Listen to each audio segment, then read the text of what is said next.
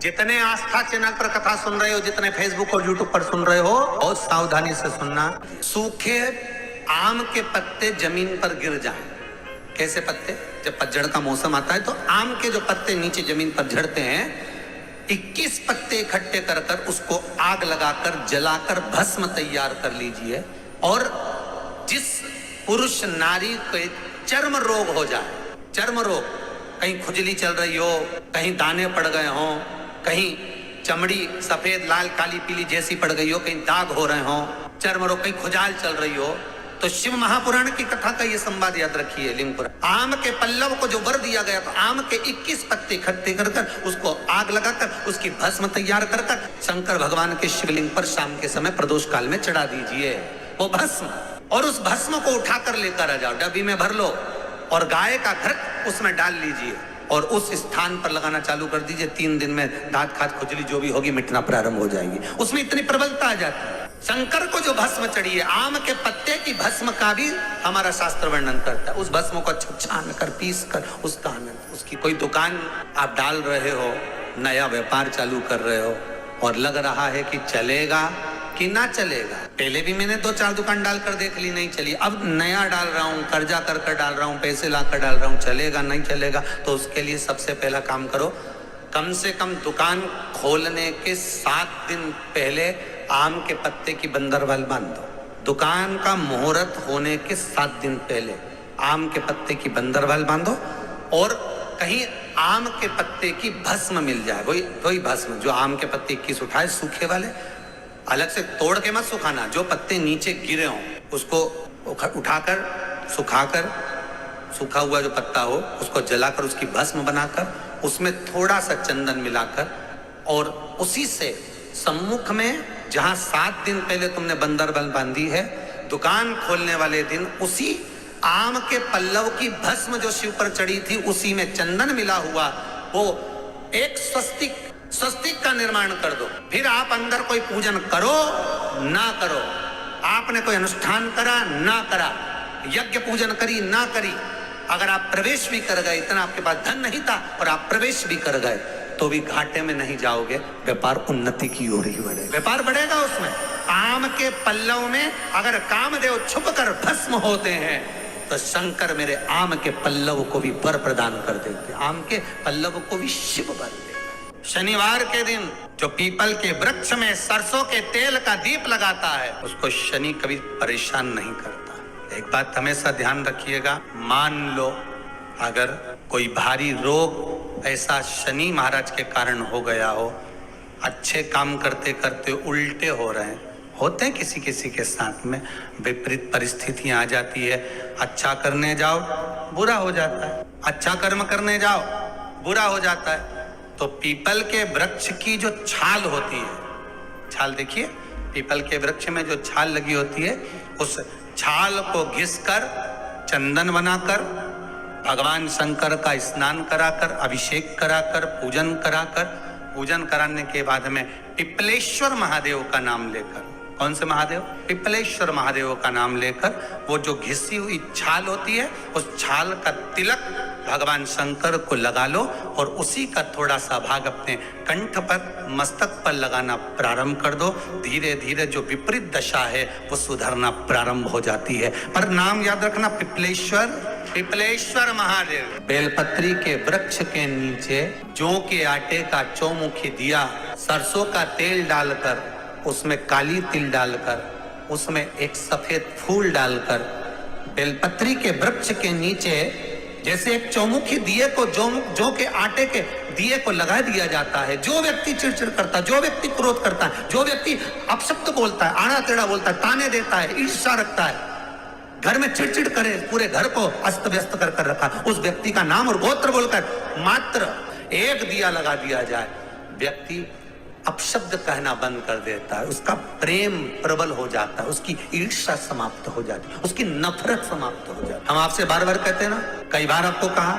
कि आपके यहाँ अगर धन की कमी पड़ रही है, पैसा नहीं आ रहा, व्यापार नहीं चल रहा, दुकान नहीं चल रही, धंधा नहीं चल रहा, नौकरी नहीं लग रही, सर्विस नहीं लग रही, तो हमने बार बार आपको कहा है, एक दिया बेलपत्री के पेड़ के नीचे लगाओ घी का और एक दिया शंकर के मंदिर की चौखट पर लगाकर, बार बार आपको कहा। उस पर विश्वास रखकर लगाओगे, सुख मिलेगा, आनंद की अनुभूति होगी। शास्त्र कहता है कि जिसके घर में संपदा की कमी हो, पैसा आ ही नहीं रहा हो, सब दूर उलझ गया हो, बहुत टेंशन चल रहा हो, गन्ने का रस जानते हो, ईख का रस, गन्ने का रस तुलसी जी के क्यारे में हाथ में लेकर 7 बार अपना नाम और गोत्र बोलकर छोड़ दो, जिंदगी में 3 साल में तो करोड़पति बनकर बैठ जाओगे, कभी लक्ष्मी की कमी नहीं आ सकती। माताओं से, मेरे भाइयों से, लाखों करोड़ों लोग शिव महापुराण की कथा यो आस्था चैनल पर और फेसबुक यूट्यूब पर सुन रहे हैं, उनसे भी कहूँगा, अगर लक्ष्मी नहीं आ रही, संपदा नहीं आ रही, व्यापार नहीं चल रहा, तकलीफ बहुत ज्यादा हो रही है, कष्ट पर कष्ट बढ़ रहा है, कोई अच्छा कर्म हो ही नहीं रहा, बीते से नाप कर छोटा सा सफेद वस्त्र ले लो, उस वस्त्र में 108 चावल के दाने रख लीजिए, एक सफेद पुष्प की पत्ती या पुष्प जो मिल जाए वो रख लो, फूल भी ना मिले तो एक चावल का दाना अलग से रख लीजिए, उसको अपने घर के जहाँ परिंदा होता है, मटका होता है, पानी भरने का स्थान होता है, जहाँ पर हम पानी पीने का भरते हैं, वहाँ उसको एक कटोरी में रख लीजिए। 3 दिन में कोई सी भी तिथि, चाहे आप दूज, तीज, चतुर्थी ले लो, चाहे पंचमी, छठ, सप्तमी ले लो, चाहे अष्टमी, नवमी, दशमी ले लो, उसको रख दीजिए 3 दिन। चौथे दिन घी का दिया लेकर, वो पोटली लेकर, कुछ भेंट लेकर, जो आपकी मर्जी पड़े, दान के भाव से घी का दिया शिव जी के मंदिर में लगा दीजिए, और जो पोटली और जो भेंट है वो किसी भी ब्राह्मण जन को, गुरुजन को, किसी को भी प्रदान कर दीजिए। अगर ब्राह्मण जन, गुरुजन नहीं ले तो कोई इसका मोल तत्व समझता हो, कोई सौभाग्यवती माताएं हो, कोई बहन बेटियां हो, उनको भी आप दे सकते। ये लक्ष्मी की वृद्धि करने का, संपदा, रोग, आनंद, सुख प्रदान, रोग के लिए तो नहीं कर सकते, पर संपदा के लिए सबसे प्रबल है। कोई अगर आपका धन खाकर चले गया है, पैसा नहीं दे रहा, बस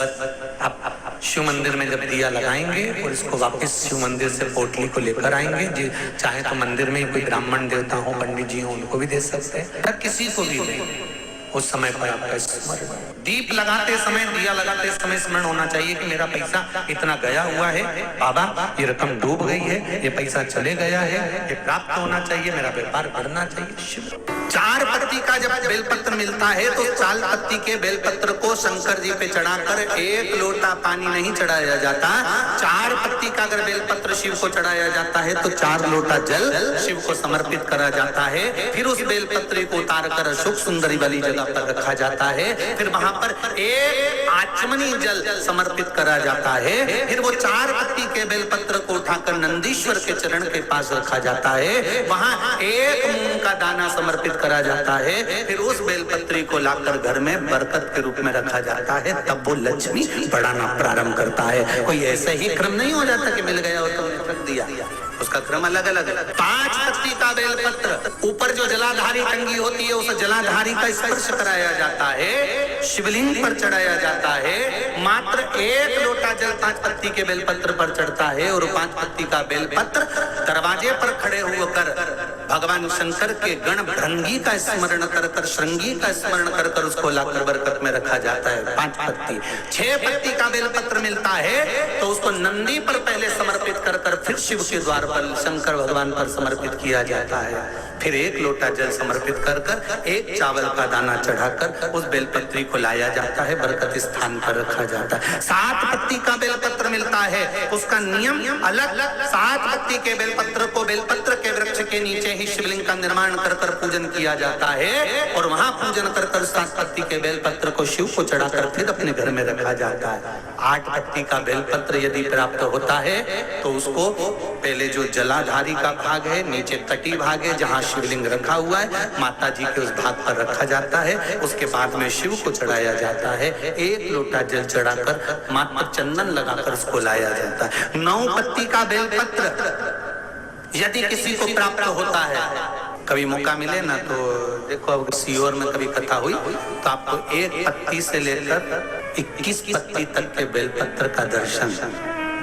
3 पत्ती वाले वृक्ष से ही जो पत्तियां प्रकट हुई हैं, 1 से लेकर 21 तक के पत्ती के दर्शन आपको सीहोर जब कथा रहेगी कभी तो ऑनलाइन कथा में हम खुद व्यासपीठ से दर्शन कराएंगे कि इतने पत्ती तक के भी बेलपत्र का दर्शन होता है। श्री शिवाय नमस्तुभ्यम, सब बोलिए एक बार जमकर, श्री शिवाय नमस्तुभ्यम। प्रैक्टिकल जरूर करना, कहीं सीहोर वाला महाराज झूठ तो नहीं बोल रहा। शास्त्रों की बातें हमारे जीवन में हमें सुख प्रदान करें, इसलिए इस भाव का आनंद करते हुए आज की कथा को विराम देते हैं।